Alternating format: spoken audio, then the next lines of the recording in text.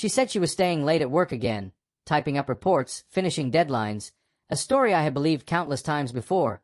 But something in the way her tone cracked when she spoke made me pause, a flicker of doubt igniting deep in my chest, and instead of confronting her immediately, I let the evening unfold, pretending to trust her, all the while tracing the subtle signs of her deception, the faint scent of a perfume that wasn't hers, the hurried text she tried to hide, the soft giggles I could hear from behind a closed door, and as I followed her later that night, keeping to the shadows, my mind sharpened into a cold, precise focus, every step plotting a revenge she would never anticipate.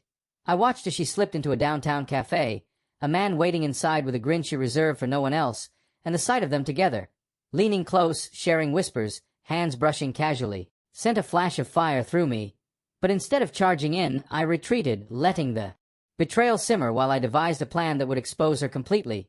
Over the next few days, I collected evidence quietly, recording conversations, snapping photos, noting her secret meetings, mapping out every lie she thought was safe, until the perfect moment came. A quiet evening at home when she returned, unsuspecting, smiling tiredly as if nothing had occurred, and I invited her to sit in the living room where the lights were dimmed, a single envelope and my tablet waiting on the table. And as she sank onto the couch, I pressed play on the footage. A full display of her betrayals, every glance, every laugh, every intimate gesture laid bare for her to see. The man she had spent hours hiding now staring back at her on the screen, while the envelope contained copies of messages and pictures, proof that no lie would remain hidden. Her face went pale, eyes wide, lips trembling as she tried to speak, stammering out excuses that sounded hollow even to her own ears.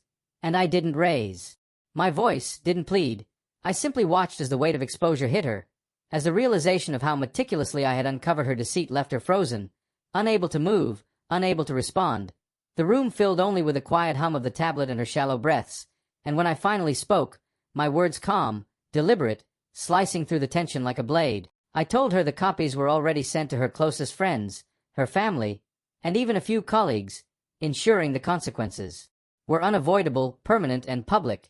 And as she slumped back, shivering under the gravity of her own actions, I felt a strange satisfaction, a cold serenity that comes from knowing betrayal had been met with calculated precision, that trust once shattered could be reclaimed through patience, intelligence, and strategy.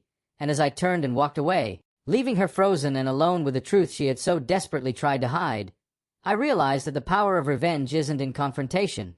It's in making the guilty face the full, undeniable measure of their lies while remaining completely in control, silent, and unshaken.